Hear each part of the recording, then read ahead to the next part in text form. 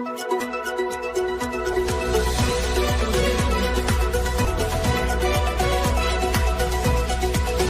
મિત્રો, હું છું એન્કર અમિતા પટેલ. આપ જોઈ રહ્યા છો મુંબઈ તરંગ ગુજરાત ન્યૂઝ. જોતા રહો ગુજરાતની તમામ અપડેટ સૌથી પહેલા મુંબઈ તરંગ ન્યૂઝ ચેનલ પર. સુરતના કતારગામમાં આવેલા બાપા સીતારામ ચોક પાસે એનબી જ્વેલર્સમાં બંદૂકની અણીએ લૂંટનો પ્રયાસ. સુરત શહેરમાં દિવસે ને દિવસે લૂંટની ઘટનાઓ વધતી જાય છે, ત્યારે ફરી એક વખત સુરત શહેરના કતારગામ વિસ્તારમાં આવેલા બાપા સીતારામ ચોક પાસે એનબી નામના જ્વેલર્સમાં એક યુવક બંદૂક લઈને ઘૂસ્યો હતો. અજાણ્યા ઇસમ દ્વારા જ્વેલર્સમાં પ્રવેશ કરી સ્ટાફને દાગીના ખરીદવાનું કહેવામાં આવ્યું હતું. ત્યારબાદ રિવોલ્વર તાણી લૂંટનો પ્રયાસ કરતા સ્ટાફ દ્વારા બૂમાબૂમ કરતા લૂંટ કરનાર ઇસમને લોકોએ ઝડપી પાડ્યો હતો.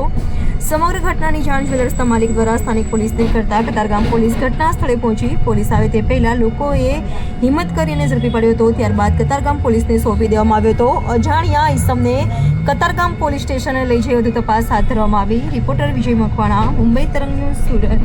નરેન્દ્ર રાજપૂત. નરેન્દ્રભાઈ, તમારી દુકાન કઈ જગ્યાએ આવીને શું ઘટના બની? એનબી જ્વેલર્સ બાપા સીતારામ ચોકડી પાસે મારી દુકાન આવી.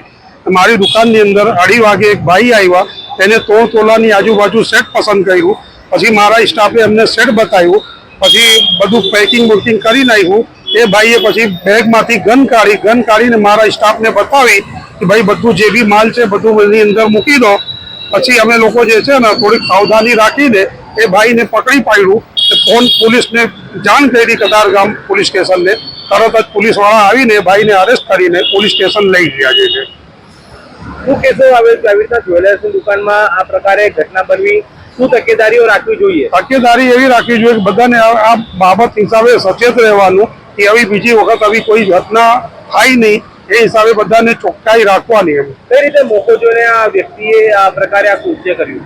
એ હવે જે છે બપોરના ટાઈમ એને ચૂઝ કરેલું હતું કે માણસો બધા બપોરે જમવા ગયા હોય, ઉપર નીચે હોય, સાઈડ પર હોય, એટલે એ હિસાબે અંદર આવ્યો ને એને ખબર બી નહીં હતી કે ભાઈ એમને ત્યાં આટલા બધા માણસો છે. પછી અમને થોડુંક ડાઉટ લાગ્યું ને જ્યારે એને ગન કાઢી ત્યારે અમે જે છે ને થોડુંક હોશિયારીને ચેતવણી બતાવીને અમે એમને પકડી લીધું. એમ